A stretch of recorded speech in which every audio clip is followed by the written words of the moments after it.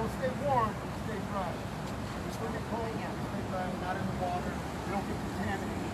We're coming recover a vehicle, like a gasoline, oil, or recovering the body. Unfortunately, there might be some body fluid. We don't want that to contaminate us in our mud. So we are fully encapsulated in the dry food, and hopefully through here. We'll let you guys test this stuff out. It's pretty cool. All right. This here is a surface ice rescue suit. It's only for a surface rescue. So if there's a dog out on the ice or a person out on the ice fishing it, ice breaks off, and they're stuck out there, we can go out there, we can crawl out there, grab them, and bring them back to shore. We, put a line on the carabiner and bring them back. So that's just only for ice surface. I know everybody looks at the baby head.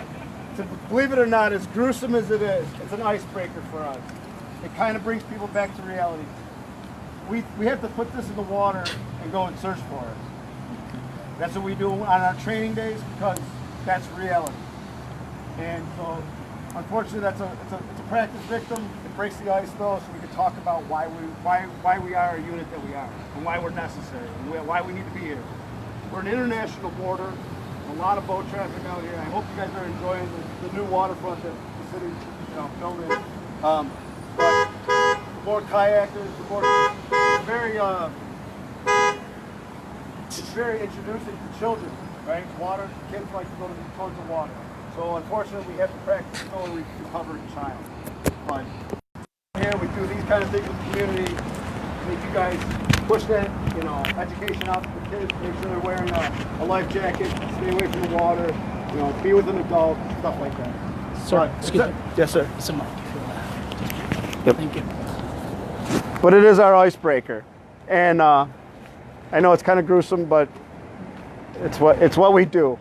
So a little bit more about our equipment. This is our full face mask with full communications. We can talk to the diver. Any volunteer? Excuse me. Can I have a volunteer? Anybody want to come? I need another volunteer. Go over to Angela. All right. Go ahead. Put that mask on. Just put it right over your head. It's kind of heavy. All right. So, Sean is going to do is Yep. Just put it right over your head. So what this box is going to do, so you need to talk to them. Oh, hang on. Oh, there you go. Get this towards your ear.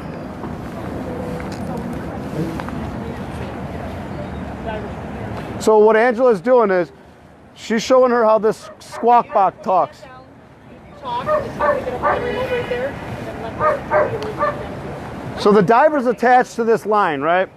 It's not only a rope, it's got a communication line inside it. It's like a telephone line to the diver. Also in a rope. So it's a rope and communication line. So we could use it as a rope or we could use it as communication. So now we could communicate to the diver. So she would be on the surface. Talk to her back. Yeah, I read you loud and clear. So we have the squawk box for demonstration purposes, and we utilize it sometimes, but we also have a headset. So normally she would have a headset on. It would be one-on-one conversation. He wouldn't have to listen to all you people talking in the background. He would just listen to the tender. Why we do that is because we dive in this kind of water. So as much as the lake is a beautiful place, the river's a great thing, this is what we see, okay, when we go down. We also wear, we don't have the weight out here, we wear about 40 pounds of weight, lead weight on our waist, just to get to the surface, or to the surface of the bottom. I gotta talk, to get to the bottom of the water, right? So this dry suit holds air in it. We need to get that air out. We need to be able to sink down to the bottom to start searching. So we need to weigh 40 pounds. When we hit the bottom, this was collected out of the Buffalo River on April 30th, 2019. As soon as that 40 pounds and the diver carrying the tank, the weight, we carry about 80 pounds of extra gear on ourselves. As soon as you hit the bottom, it turns to that. So we do not see anything. We do everything by touch and feel. Very rarely do we see anything. We do everything by, feel. So our tender, which would be Angie, want to tend me? Yeah. For a second? obviously we have communications, and I can't see anything. So if we were going to go out and set on a pattern, Angie would say, all right, Age, I would face her to start. You're going to start your pattern to the right. Okay. And I would go. And then she would tell me, all right, stop. But if we lost communications, we also use rope tug signals. So she gives me stop, I stop. That's 1 is stop, right? 2 is change direction. She wants me to go this way now. So I'll start going this way until she tells me to stop. And then she'll tell me to change direction. So either give me line or take line in. However we're doing our pattern at that time. I'm sorry, dude. I'm sorry. So that's how our line signals work. But we're always communicating. She's going to say stop. I'll hear her. But if we lost communications, we have the line signals to back ourselves out. Any questions so far? Am I going too fast? Everybody's cool with it? All right. So now we see a chainsaw down here. We're in Buffalo, right? What do we get out on the lake? Ice, right? Yes, ice. So I can raise my hand to this one, and I'm sorry, but I broke our chainsaw last year at the Erie Basin Marina. We were cutting ice 2.5 feet. 2.5 feet thick, right? And so we dive every month. We dive 12 months a year. And in the winter months, we try to get to the pool, pool once, outdoors once, so that we can get outdoors, get acclimated to the weather, but then we can get into the pool where it's safe. We can see everything, and it's a controlled environment. And then we can train doing, blacked out mask drills and stuff like that in the pool where it's safe and everything during the winter. But we still do dives every month, even in the winter months.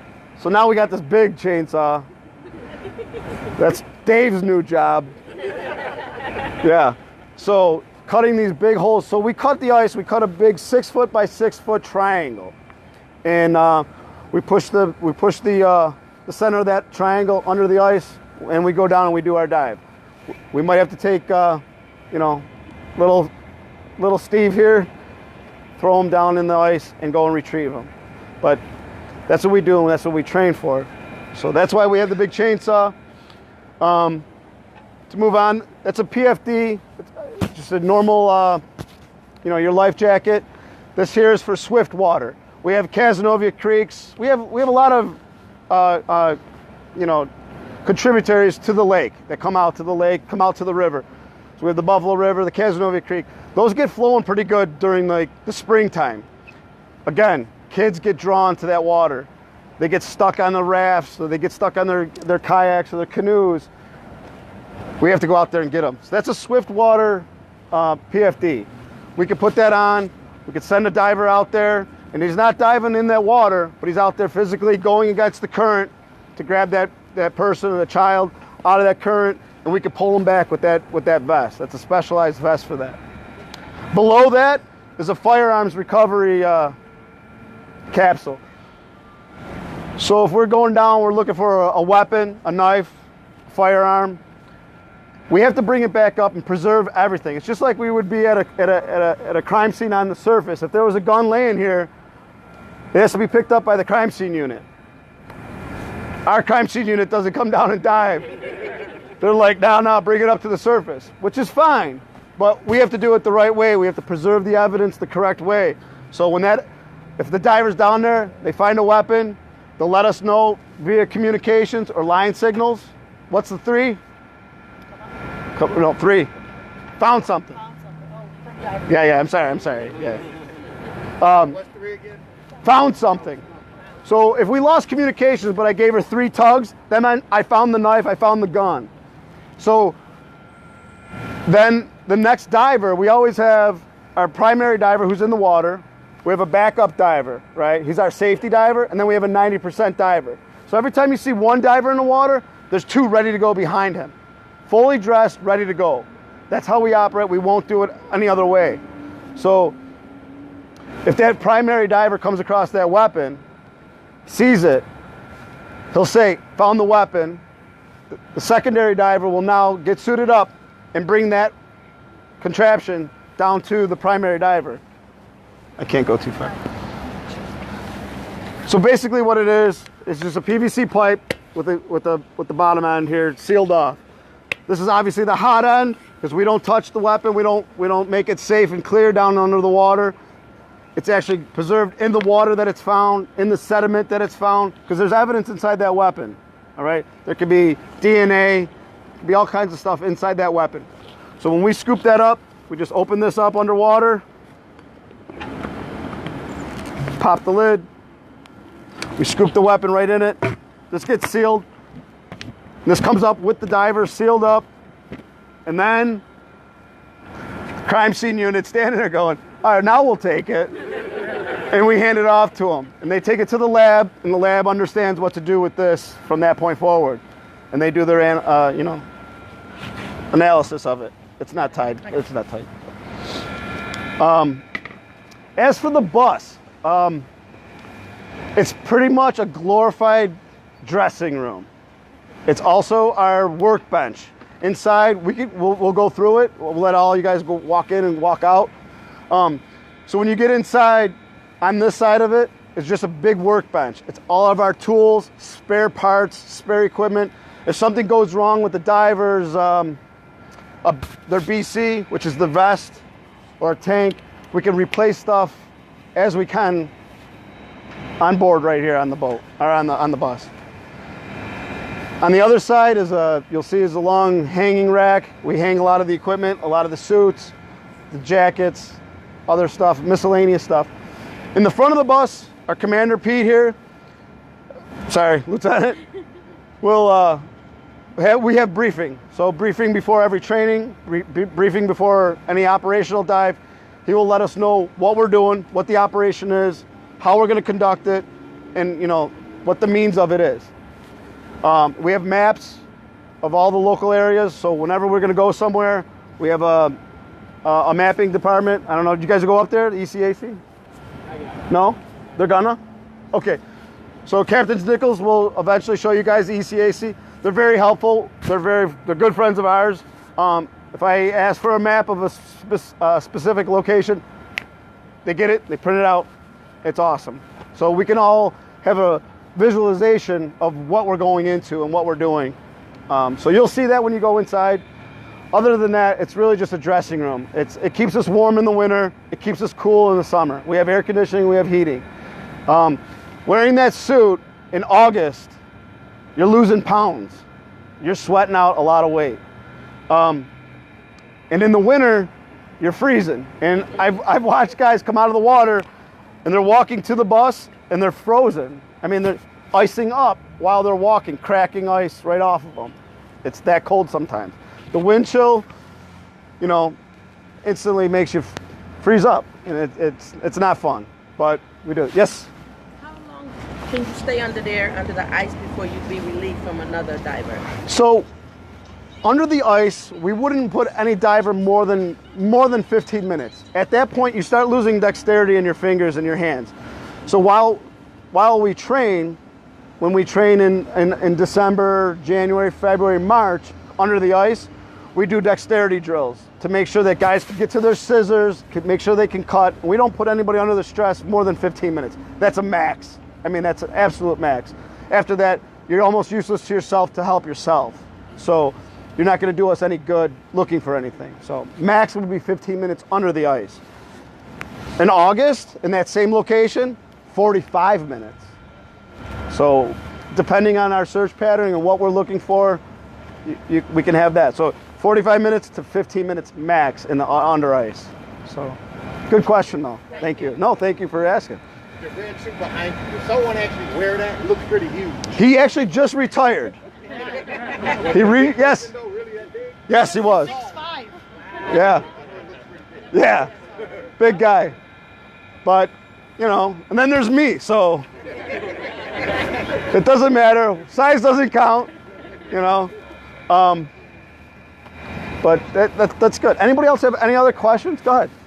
With the international border, Yes, sir. you don't know. I mean, you get a call in the middle of the river. Are there any restrictions, or can you?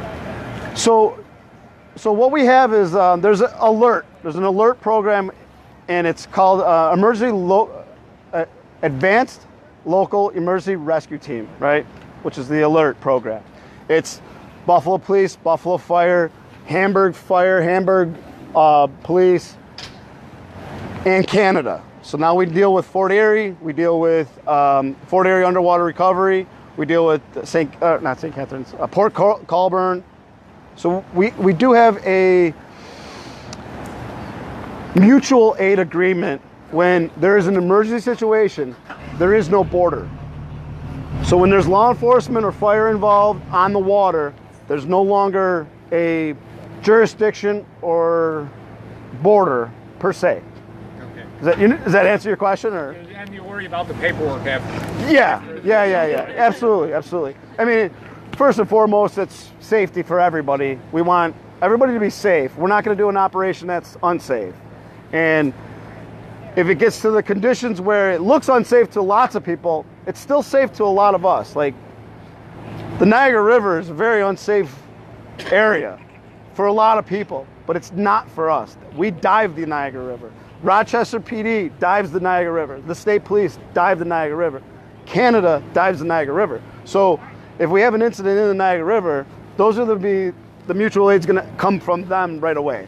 Hamburg's not going to donate right away their mutual aid. There'll be a backup. Does that make sense? Yeah. Like, they're here for surface support or any other support, but they're not going to get in the water and dive for such a situation. Captain? One more. Go ahead. So when you go under the water, do you guys have cameras or anything like? So we do utilize a GoPro. Not all the time for training purposes, yeah, sometimes, but for most, if it's a case, like if we're working a case, if we're working on actual crime scene, yes, we will document the thing via video. We have a GoPro that attaches to our mask, and we can videotape everything that you're seeing, that we see, that the diver sees, you see. Hi, folks. Lieutenant Corporal is going to come up. He's going to be part of the panel discussion. Any other questions? I'd be more than happy to ask him up there. We want to take a quick look through, and then we want to introduce you to our emergency response team real quick. Thank you so much, sir. What's your name, sir? Alan Ortiz. Alan. Yep. Nice to meet you. Nice to meet you. Thanks, Eddie. Appreciate it. Thank you.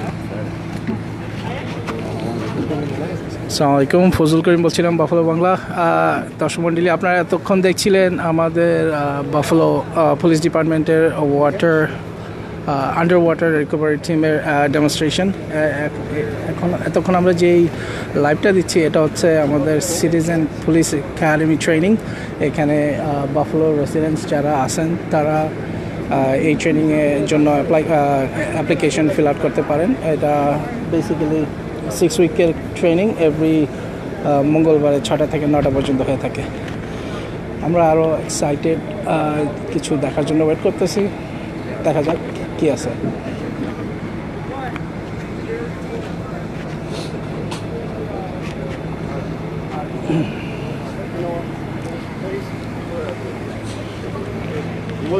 You couldn't put him in either.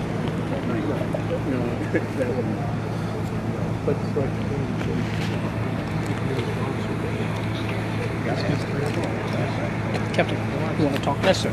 Okay. So we are here with cameras right there. With Captain Steve Nichols. He's a neighborhood engagement team. Community services. Community service. There you go. All right, thank you very much. We're out here tonight trying to go through some of our equipment. We want to show you what some of our equipment looks like. Obviously, you just saw the underwater recovery team. Now we're moving over to our emergency response team. They're the ones who go out and to major protests or rallies, and they help try and keep everybody safe and try and keep everybody law-abiding. Our SWAT team and our hostage management team are actually out on a call right now. They got called out to a situation in North Buffalo. So we don't have them tonight, but we do have the canines, which you did see a little while ago. And we're going to move over. If you're interested in this academy, we'll be doing it again in the spring. We'd love to have you sign up and come out. When will be the next class begin? Late April, early May. Applications will be out by March. They'll be on our website, bpdny.org. They can fill out the application. Fill out the application. We as you can see, it's a very diverse class. We want everybody to go through this. We want you to see what we do so that you can understand a little bit better about the Buffalo Police Department. Thanks. Thank you. Thank you, sir. You can talk to, she's the lieutenant of the canine if you want to ask her. He would love to go. What's her name? Liz Baker. You want to talk to Lieutenant? Yeah, I'll introduce her. We're running in. Lieutenant? It's gonna rain. He is on a live remote with the Bengali community. Oh wow. Wow. And he wanted to ask you a question. Oh, sure. He writes for the Bengali newspaper. We are about Sure. K9 units do. And what's the program? Well, I need my coworker over here to jump on in too. So, sit. Good boy. Sit. We're a small unit. Patty. We're a small unit. We do. Oh, everyone's running to the rain. Do you want to go inside? Do you want to go in so you don't get wet? Here, we'll follow you. Yeah, sure. Let's go.